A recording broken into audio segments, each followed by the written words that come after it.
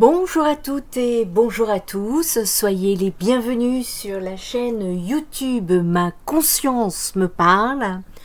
Alors ici les amis, pour ceux qui ne me connaissent pas, je m'appelle Nanou, je suis médium, cartomancienne, je suis également énergéticienne, je suis l'auteur du livre Michael Jackson Changeons le monde et je suis également psychopraticienne. Alors, le thème du jour, eh oui, ma conscience me parle et si c'est sur ma route, ça vient croiser ma route, c'est que je pense que nous pouvons peut-être un peu en débattre sur ce sujet. Peut-on confondre une hypersensibilité avec une bipolarité? Explication psychologique, énergétique et spirituelle. Tout d'abord, petite introduction à l'hypersensibilité et à la bipolarité. Il faut savoir que l'hypersensibilité et la bipolarité sont deux concepts psychologiques souvent confondus, bien qu'ils révèlent de réalités distinctes. L'hypersensibilité est définie comme une sensibilité émotionnelle et sensorielle accrue, ce qui signifie que les personnes hypersensibles perçoivent les stimuli émotionnels et environnementaux plus intensément que la moyenne. Cela inclut des réactions émotionnelles fortes à des événements quotidiens, une sensibilité au bruit, aux lumières et même aux énergies des autres. Cette caractéristique peut être aussi bien un atout qu'un défi, car les hypersensibles ont souvent une empathie profonde, mais peuvent également être submergés par des émotions fortes, entraînant un stress ou une anxiété accrue. D'autre part, la bipolarité est un trouble de l'humeur qui se manifeste par des oscillations marquées entre des phases de dépression, caractéristiques d'une humeur basse et d'une perte d'intérêt, des phases de manie où l'individu peut ressentir une euphorie excessive, une énergie débordante et une diminution du besoin de sommeil. Ce trouble nécessite souvent une intervention médicale et peut avoir des conséquences significatives sur la vie quotidienne et les relations interpersonnelles. La bipolarité est un diagnostic clinique, tandis que l'hypersensibilité n'est pas un diagnostic, mais une caractéristique de personnalité. En comprenant ces définitions, il devient essentiel d'explorer les distinctions entre l'hypersensibilité et la bipolarité. Bien qu'il puisse y avoir des zones de chevauchement dans les manifestations émotionnelles, les origines, les implications et les traitements de ces deux conditions se différencient considérablement. Dans le reste de cette vidéo, nous examinerons plus en détail ces différences et comment elles affectent ceux qui en sont affectés. Voici ici les caractéristiques de l'hypersensibilité. L'hypersensibilité est un trait de personnalité qui se manifeste par une perception accrue des stimuli émotionnels, environnementaux et sociaux. Les individus hypersensibles ressentent souvent des émotions de manière intense, ce qui leur permet de vivre des expériences avec une profondeur incomparable. Par exemple, un hypersensible peut se sentir submergé par les émotions d'autrui, développant une empathie remarquable. Cette empathie, bien que précieuse, peut également devenir un fardeau, accentuant les sentiments de tristesse ou d'anxiété face aux souffrances d'autrui. Les hypersensibles sont souvent très conscients de leur environnement. Ils peuvent être dérangés donc par des bruits forts, des lumières vives ou des situations sociales intenses particulièrement dans cette société actuelle profondément malade. Cette sensibilité peut mener à une surcharge sensorielle qui se traduit par des sentiments d'épuisement. La tendance à analyser les interactions sociales et à réfléchir profondément aux relations humaines peut également entraîner une fatigue mentale, rendant les hypersensibles plus enclins à se retirer pour se ressourcer. Leurs émotions intenses peuvent affecter leur vie quotidienne et leur bien-être mental. Par exemple, des situations de stress, même mineures, peuvent engendrer une réponse émotionnelle disproportionnée, ce qui est un défi constant pour les hypersensibles. En outre, ces individus peuvent éprouver des difficultés dans leurs relations interpersonnelles car leur manière intense de ressentir peut être perçue comme exagérée par les autres. Contrairement à la bipolarité où les changements d'humeur sont souvent cycliques et extrêmes, l'hypersensibilité, elle, se manifeste davantage par une continuité dans la profondeur des sentiments. Cela différencie clairement ces deux états, bien qu'ils puissent parfois prêter à confusion pour ceux qui ne connaissent pas les nuances de chaque expérience. En somme, comprendre les caractéristiques de l'hypersensibilité permet de mieux apprécier les défis auxquels ces individus font face au quotidien. Parlons maintenant de la manifestation de la bipolarité.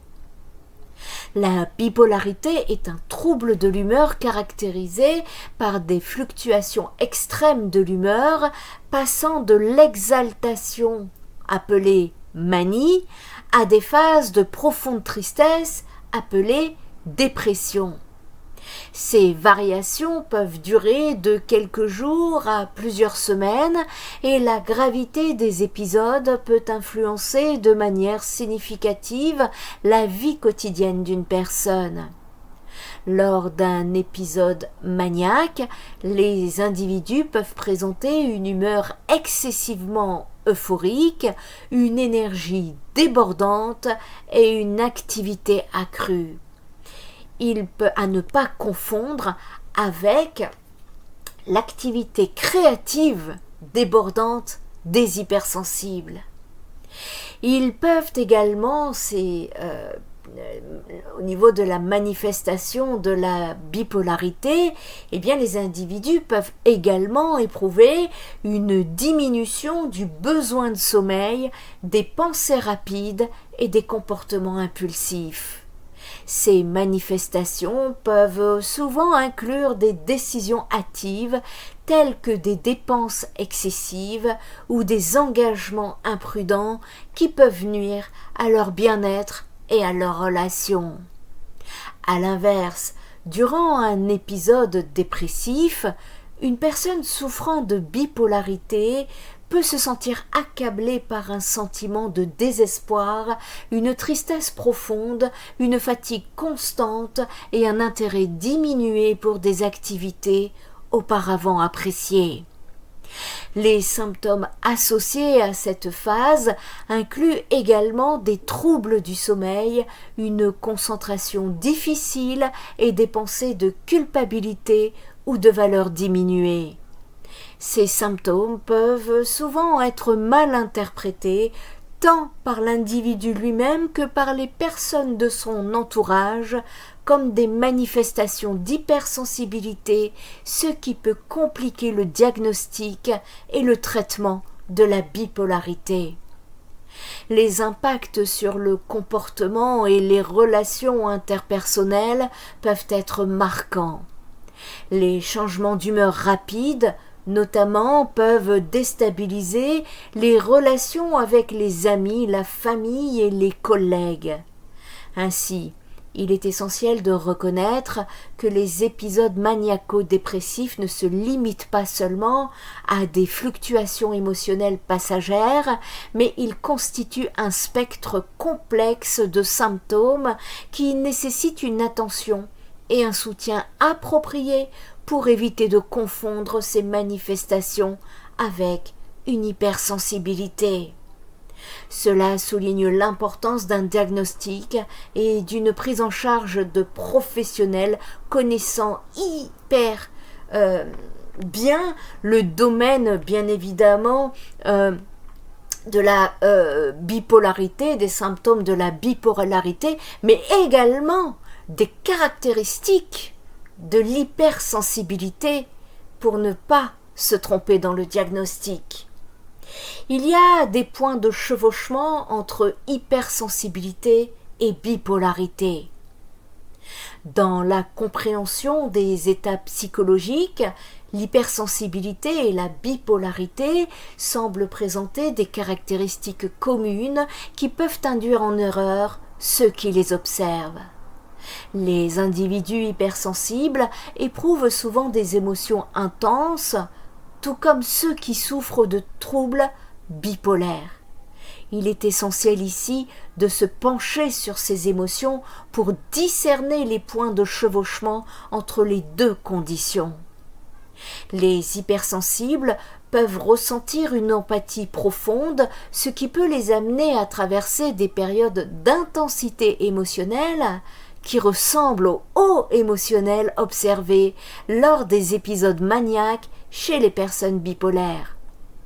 Les deux groupes peuvent également présenter des vulnérabilités similaires.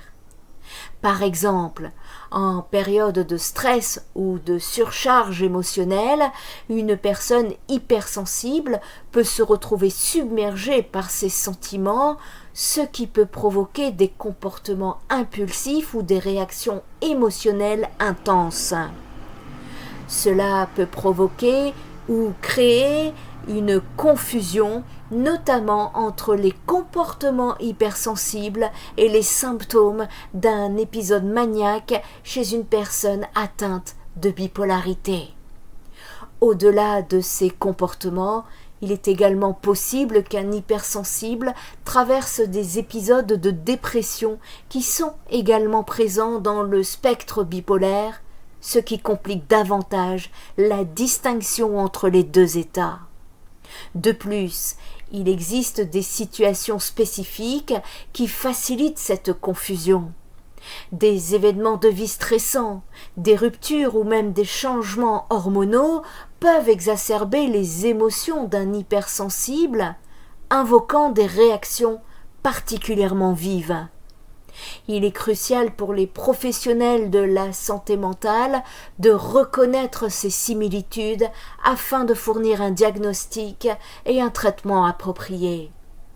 En conclusion, une attention particulière aux nuances émotionnelles est nécessaire pour différencier l'hypersensibilité de la bipolarité en évitant de tomber dans des simplifications hâtives qui peuvent affecter le bien-être des individus concernés. Voyons maintenant des perspectives psychologiques pour comprendre les différences. Dans le domaine de la psychologie, il est essentiel de différencier l'hypersensibilité de la bipolarité, car ces deux états présentent des caractéristiques distinctes qui influencent le diagnostic et le traitement. L'hypersensibilité, souvent perçue comme une intensité accrue des émotions, peut se manifester par une réactivité émotionnelle excessive. En revanche, la bipolarité, qui est un trouble de l'humeur, est marquée donc par des cycles de dépression et d'épisodes maniaques. Les professionnels de la santé mentale utilisent des critères spécifiques pour poser un diagnostic afin de s'assurer que la personne reçoit des soins appropriés. Les psychologues ont à leur disposition plusieurs outils d'évaluation tels que des entretiens cliniques, et des questionnaires standardisés qui aident à identifier les symptômes majeurs associés à chaque condition. Ils tiennent également compte de l'historique personnel du patient, de son environnement et de la durée des symptômes observés. Un diagnostic précis est crucial car il influence directement les approches thérapeutiques. Pour une personne présentant une hypersensibilité, des techniques telles que la thérapie cognitivo-comportementale dite TCC peuvent être bénéfiques pour apprendre à gérer les émotions et à améliorer les mécanismes d'adaptation. En revanche, une personne diagnostiquée avec la bipolarité pourrait nécessiter un traitement médicamenteux pour stabiliser son humeur ainsi que des thérapies spécifiques orientées vers la gestion des épisodes maniaco-dépressifs. Il est très important de souligner que la distinction entre hypersensibilité et bipolarité ne se limite pas seulement au diagnostic, mais également à la façon dont les individus peuvent s'adapter à leurs émotions respectives. Les stratégies d'adaptation et les méthodes de soutien qui pourraient être efficaces pour l'un peuvent ne pas l'être pour l'autre. En comprenant la nature de chaque état, il devient possible de fournir un traitement plus ciblé et adapté, essentiel pour l'amélioration du bien-être mental des patients. Voyons maintenant des approches énergétiques et spirituelles. Les approches, ça c'est vraiment très peu étudié par la science, je parle de la spiritualité, et qu'il est important ici d'ouvrir le débat avec la science. Je sais que ça commence, mais bon, j'ai vu des choses, notamment dans un certain CHU de Montpellier, qui m'amènent à me poser des questions. Je trouve que les bases, elles sont bonnes, cependant, attention à la manipulation. Parce que ce que j'ai vu, et je ne vais pas m'étendre dans les détails, et c'est ce qui m'amène en fait aussi, en quelque sorte, à faire cet article, cette vidéo, c'est que il est important ici aussi de connaître les approches énergétiques et spirituelles qui nous ont été cachées depuis bien longtemps dans les connaissances et que la science n'a pas dans son approche thérapeutique. Donc ici, nous allons parler d'approches énergétiques et spirituelles. Les approches énergétiques et spirituelles ici jouent un rôle crucial dans la compréhension et le traitement de l'hypersensibilité et de la bipolarité. En effet, ces techniques visent à équilibrer les énergies internes et à favoriser un bien-être émotionnel et physique, ce qui peut être particulièrement bénéfique pour les personnes hypersensibles et bipolaires. Parmi ces pratiques, la méditation se distingue comme une méthode puissante pour apaiser l'esprit et réguler les émotions. En se concentrant sur la respiration et la pleine conscience, les individus peuvent apprendre à se détacher des pensées envahissantes qui caractérisent souvent la bipolarité. De plus, le yoga est une pratique énergétique qui combine des mouvements physiques, des techniques de respiration et de méditation. Cette discipline permet non seulement de renforcer le corps, mais également de favoriser une meilleure connexion entre le corps et l'esprit. Pour ceux qui souffrent d'hypersensibilité, le yoga peut offrir un espace sûr pour explorer et exprimer les émotions sans jugement. À travers le mouvement conscient, les individus peuvent libérer des tensions accumulées et retrouver une harmonie intérieure. Outre la méditation et le yoga, d'autres formes de thérapie alternatives telles que les soins énergétiques et l'aromathérapie sont également utilisées pour traiter les déséquilibres émotionnels. Ces pratiques reposent sur l'idée que chaque individu possède une énergie vitale qui peut tout à fait être harmonisée. Pour les personnes hypersensibles et bipolaires, ces approches peuvent offrir des pistes de gestion des émotions qui sont en complément des traitements médicaux traditionnels lorsque c'est nécessaire. Cependant, il est essentiel de rester attentif à la perception de chaque individu car l'efficacité de ces méthodes peut tout à fait varier considérablement en fonction de leur état émotionnel. En intégrant ces pratiques dans leur routine, les individus ont la possibilité de mieux comprendre et vivre leur hypersensibilité ou leur bipolarité de manière plus équilibrée. Ma conclusion et mes recommandations. Alors déjà, toutefois, je voudrais vous rappeler que je suis médium, cartomancienne, énergéticienne et psychopraticienne. J'ai étudié durant 2 ans et demi la psychologie, j'ai également étudié la psychopathologie, j'ai étudié le développement de la psyché humaine de l'enfant à l'adulte, j'ai également étudié la psychanalyse et j'ai étudié également l'aide à la parentalité. Ce qui fait qu'aujourd'hui, je me sens tout à fait légitime de parler de ce sujet, d'autant plus que quand vous vivez les choses, lorsque vous rencontrez ces situations-là, vous avez une double compétence du terrain. Et je ne vous parle pas de mes compétences en énergétique et en spiritualité qui sont un sujet tabou, encore de nos jours, par la science. Donc voici ici ma conclusion et mes recommandations qui sont bien évidemment, qui ne sont pas la vérité, mais qui sont ma vérité au travers mes expériences, au travers mes compétences, au travers de toutes ces personnes que je peux aujourd'hui rencontrer. Eh bien, il faut savoir ici qu'à la lumière des éléments discutés, tout au long de cette vidéo, il est essentiel de bien différencier l'hypersensibilité de la bipolarité, bien que ces deux réalités puissent parfois se chevaucher. L'hypersensibilité se caractérise par une réactivité émotionnelle intense, souvent en réponse à des stimuli externes ou internes.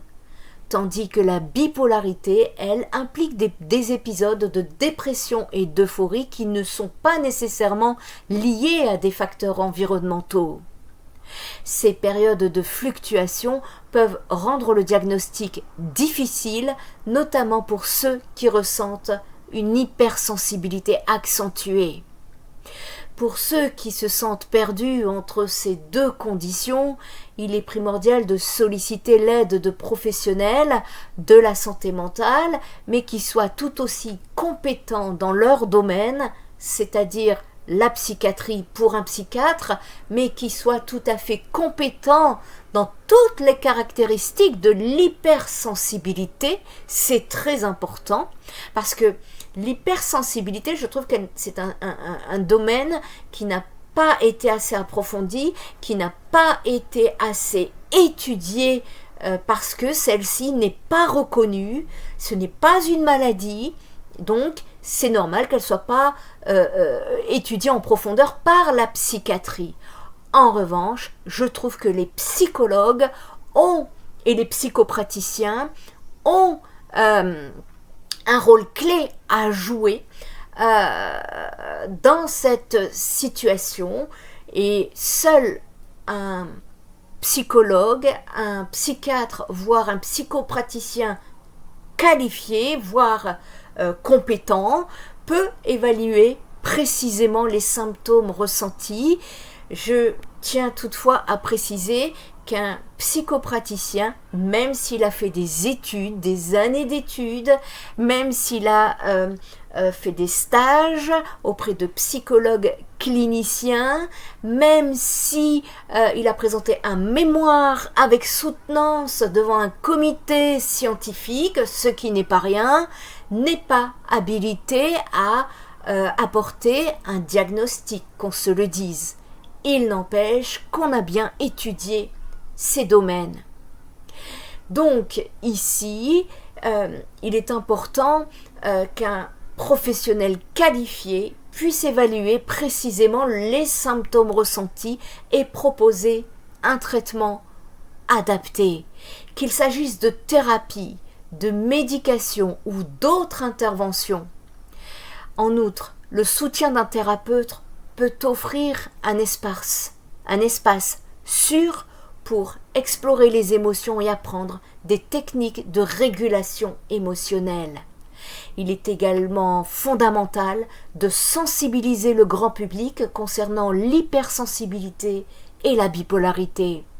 Cette sensibilisation peut aider à créer un environnement plus compréhensif et soutenant pour les personnes vivant avec ces conditions.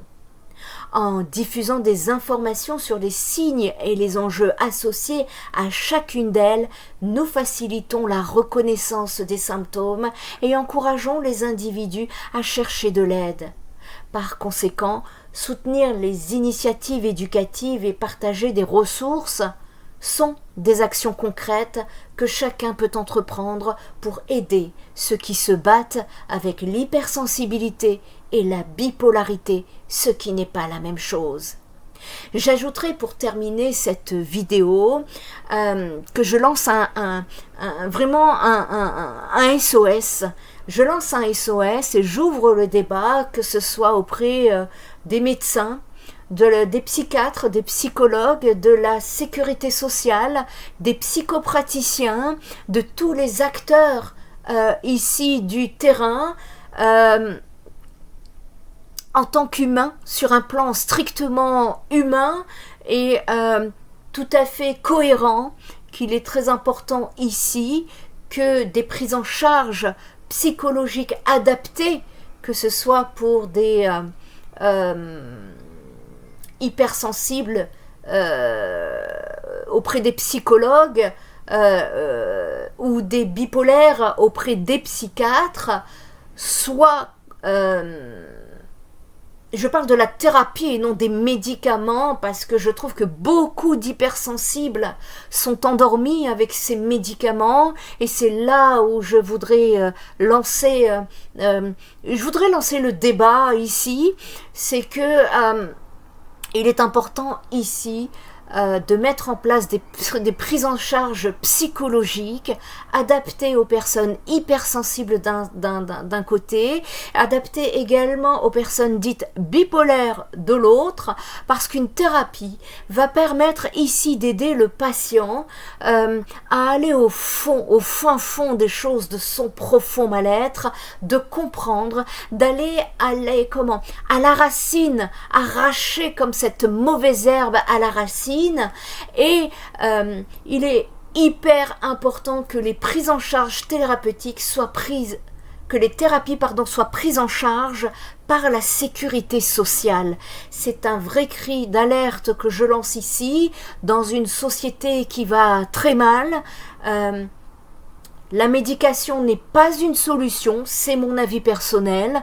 La médication se doit d'être utilisée comme une béquille en cas d'urgence, si la personne se met en danger, si celle-ci met son entourage en danger, en cas de forte crise pour soulager le patient, mais je trouve qu'il faut mettre en place des thérapies pour aller chercher au fin fond ce qui se passe au plus profond de l'âme de ce patient.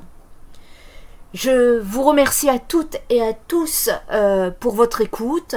Merci à tous de vos partages. Je lirai vos commentaires s'il y en a. Cette chaîne n'est pas très active, hein. Elle est là en cas de nécessité, comme ces sujets ici auxquels ma conscience me parle et dont j'ai envie d'apporter, d'ouvrir en tout cas le débat et mettre de la lumière sur ces situations-là dont il est temps que nous puissions peut-être faire avancer et la science et l'énergétique et la spiritualité ensemble, main dans la main et dans la lumière. Prenez bien soin de vous, je vous dis peut-être à très bientôt. Bye bye.